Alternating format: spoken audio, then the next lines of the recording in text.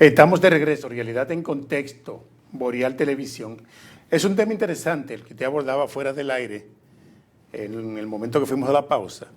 Usted me hablaba de la prescripción del pagaré porque tiene un plazo de vencimiento, un plazo de inicio y un plazo de término. Sí. Entonces, ¿se puede ejecutar el pagaré antes de la llegada del término? Siempre que el pagaré así lo consigne, se podrá hacer. Sí. Porque normalmente, como el 545 tiene fuerza ejecutoria de ese documento, de pagaré notarial, sobre todo de las primeras copias certificadas, porque se trata de un documento contentivo de pago de sumas de dinero, de la obligación del pago de sumas de dinero, y como el 1134 dice que las convenciones válidamente entre las partes tienen fuerza de ley para aquellos que la han hecho y deben ejecutarse de buena fe, pues lo que se hace es que si ese documento establece que en caso de falta de pago de 2 cuotas consecutivas o del pago de cualquiera de las cuotas mensuales establecidas,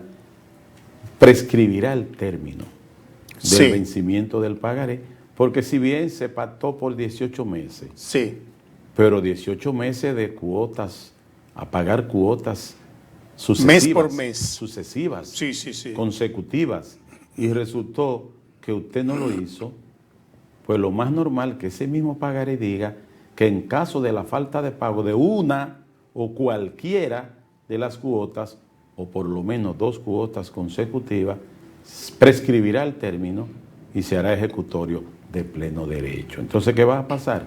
Que no hay que esperar los 18 meses. Se podrá ejecutar en el momento mismo en que se pueda demostrar que hay falta de pago de esa cuota o de esas cuotas consecutivas, para que entonces se pueda requerir el auxilio de la fuerza pública para la ejecución contra los bienes de ese deudor. Correcto. En ese mismo tema del embargo ejecutivo, sería bueno especificar aquí con qué concluye el embargo ejecutivo. Bueno, porque el embargo ejecutivo, si se logra ejecutar, como es un proceso extrajudicial, lo que va a concluir es con una venta en pública subasta. Correcto. En un mercado, en una plaza pública que establece la ley, siempre y cuando no haya contestación con relación a ese embargo, que en principio su naturaleza es extrajudicial.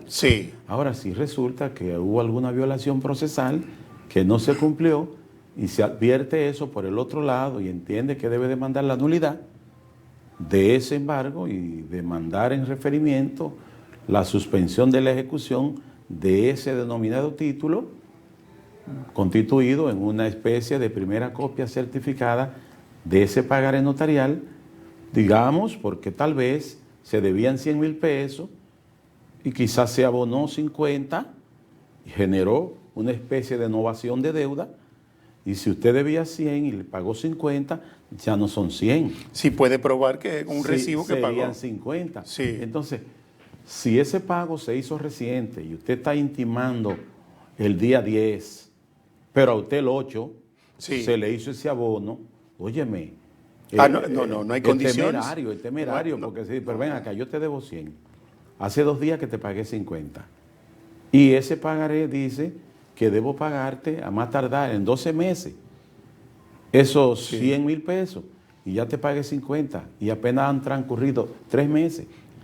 Y es verdad que acordamos el pago de 12,000 pesos, pero 3 meses son 36 y ya yo te pagué 50. Efectivamente, que no está atrasado, no está atrasado. No estoy atrasado, yo estoy bien al día. Entonces, si se puede demostrar eso, y esas ejecuciones comienzan, y resulta que hay la necesidad de detener esa ejecución, lo podría hacer, e inclusive en daños y perjuicios también. Por supuesto, porque el 1382 dice que... Porque el deudor no está en mora. Todo hecho del hombre que ocasiona un daño a otro está obligado a repararlo por cuya culpa sucedió. A usted se obligó a pagar y usted está al día en el pago y usted tiene los recibos, porque también las pruebas documentales, las pruebas literales, las pruebas escritas, hay que demostrarlas. ¿La prueba de pago es el recibo o la carta de saldo? Porque todo el que alega un hecho de justicia, como dice el 1315, debe probar ese hecho o esa obligación, por lo cual entiende que debe liberarse.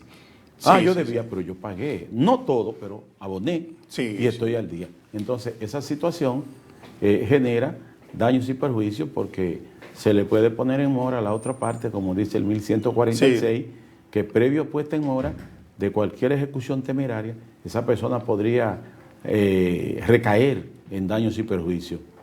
Porque también el debido proceso y la tutela deben ser Y efectivos. hay que preservarlo. Claro que Y es sí. que la única condición para realizar un embargo o una vía de ejecución de cualquier naturaleza es que el deudor esté en mora, la mora del deudor. No, y que todos los procesos judiciales, todos, están constitucionalizados. Sí, Usted bueno. no puede estar cobrando a quien Después no le del debe. 2010, ya los jueces no pueden aplicar la ley a la brigandina. Usted no puede estarle cobrando Sí. a quien a usted no se le debe. No. Usted tiene que cobrarle al que le debe. Y si el que le debe le está pagando, usted tiene que estar sometido a lo convenido, al contrato. Correcto. No puede haber temeridad en eso, porque esas demandas o esas ejecuciones que puedan ser temerarias, puede resultar que sea mala sal, que el Sí. chivo, puede ser. Así es, así es. Hay otro tema bien interesante que también podemos tratar aquí, y es de los embargos inmobiliarios. Sí, los embargos inmobiliarios que usted decía ahorita que inicia con un mandamiento de pago igual, pero con una condición diferente. Sí, porque es que hay embargos inmobiliarios ordinarios o de derecho común Sí, y hay otros que son especializados o digamos abreviados. Sí. Y hay leyes que así lo contemplan. Por ejemplo, el de derecho común u ordinario está contenido en las disposiciones del 673 hasta el 748 del Código de Procedimiento Civil. Y ese es un embargo que te puede envolver probablemente, digamos, unos 120 días. sí, sí, Por porque lo tiene, menos. tiene unos plazos que se activan vencidos. Cuatro meses, Sí, por lo sí. menos. Porque el otro no, el otro podría ser, digamos, en unos 70 días. 70 Pudiera días. ser 2 meses y algo, y en ocasiones hasta menos, porque hay una situación que cuando usted hace un mandamiento de pago, por ejemplo, especializado, y da una notificación de un mandamiento por 15 días, y esos 15 días hacen de pleno derecho, lo convierte en embargo inmobiliario de pleno derecho, pues ya usted con ese mandamiento... Con el mandamiento de pago de una vez. Sí. Pero es el de fomento agrícola, la ley tributaria y financiera, aquellos que son generados Bueno, ese más por bien... falta de pago de costas procesales. Es que hay una situación, Sí. la ley de fomento agrícola, la Sí. 6186, así como la ley de desarrollo bancario y fideicomiso, Sí. que es la ley 189-11, mantienen procesos similares, porque son dos leyes Correcto. especiales. Lo único que en el de la de fomento agrícola, tan pronto usted hace el mandamiento, usted puede inscribir. Y en el de la ley de fideicomiso, tan pronto usted hace el mandamiento de pago, tiene que esperar el vencimiento de los 15 días. Pero por el pago de costas del procedimiento abogado también puede ser abreviado. Sí, porque hay un embargo Sí. abreviado que tiene que ver con las costas procesales Sí. cuando han sido validadas, cuando han sido homologadas. Exactamente. Cuando ya un tribunal, por cuestiones de costas, ha emitido un auto y ese auto no ha sido impugnado, como manda la ley 302 de impugnación, que en su artículo 11 establece de un plazo de 10 días. Si no ha sido impugnado y ese auto se notifica, recuerde usted que ese auto envuelve un privilegio de ejecución y así lo establece la ley misma de fomento agrícola, Sí. combinada con la 302, sus artículos 12 y 13, combinado con la ley de honorario. Usted tiene un título ejecutorio porque usted está hablando de un estado de costas y honorario que tiene una especie de proceso abreviado también para su ejecución y no sucede igual cuando se trata de otras documentaciones o títulos, porque un pagaré, por ejemplo, notarial, digamos la primera copia, también constituye Sí. una especie de título por la cual se puede hacer un embargo inmobiliario, pero usted me dirá, pero podríamos hacerlo por la vía ordinaria o podríamos hacerlo por la vía abreviada. Bueno, hay una situación. Acláreme eso. Hay porque- una situación, si nos vamos a los artículos 149, Sí. por ejemplo, de la Ley de Fomento Agrícola y a la de Fideicomiso, establece que cualquier acreedor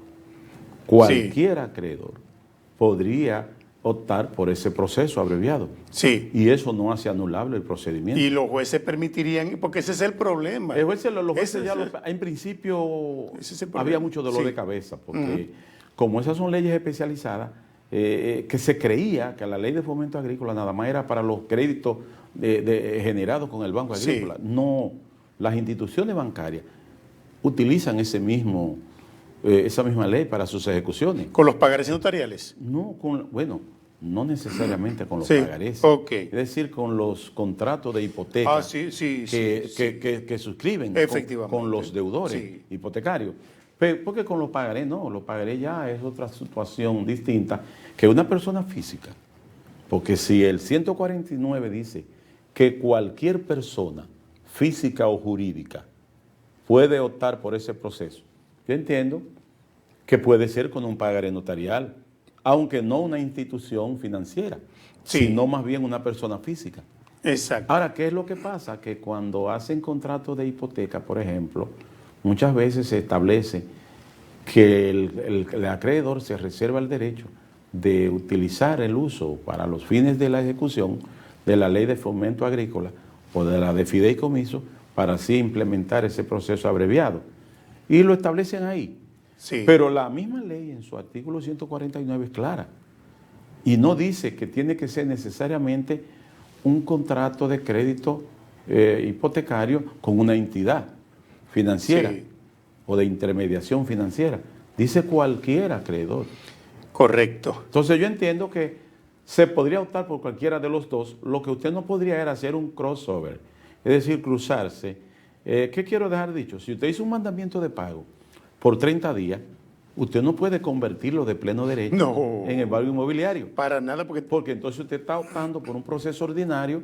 Para ello tendría que dejar sin efecto ese proceso y luego iniciar uno abreviado. Además viola el procedimiento, porque usted inició un procedimiento ordinario y no puede cerrar con un procedimiento abreviado. Es que el 149 al 168 de la Ley de Fomento Agrícola o de la Ley de Fideicomiso tiene un procedimiento especializado y que aunque ese procedimiento no deje de estar suplido por el derecho común, que también lo está, porque recuerde que cualquier tipo de aspecto que genere alguna nulidad, si no lo hace la ley especial, lo puede hacer con el derecho común, ¿no? Porque también uno suple al otro, porque es que hay una situación, hay un complemento. No es que esas leyes especiales se quedan solas en el procedimiento, ellas también tienen su complemento, pero que normalmente cuando hay una falta violatoria o alguna violación en ese proceso que se encamine y genera daño, pues la cosa se complica. Bien, vamos a la pausa. Nos vamos. Lo dejamos ahí, lo terminamos ahí. Licenciado, el tiempo de la televisión, que es brevísimo. Ya sería el lunes entonces. Usted se apasiona con este tema, entonces nos apasiona a nosotros y apasiona al televidente y se nos olvida que Pero ya sería el lunes con usted y yo regreso con Dios delante el próximo viernes. Así es, regresamos el lunes.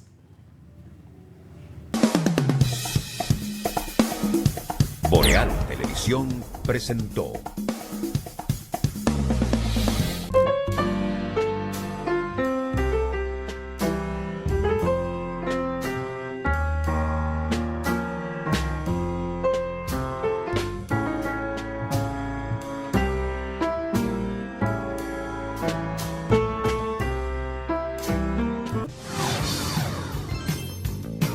Estás viendo Boreal Televisión, voz dominicana.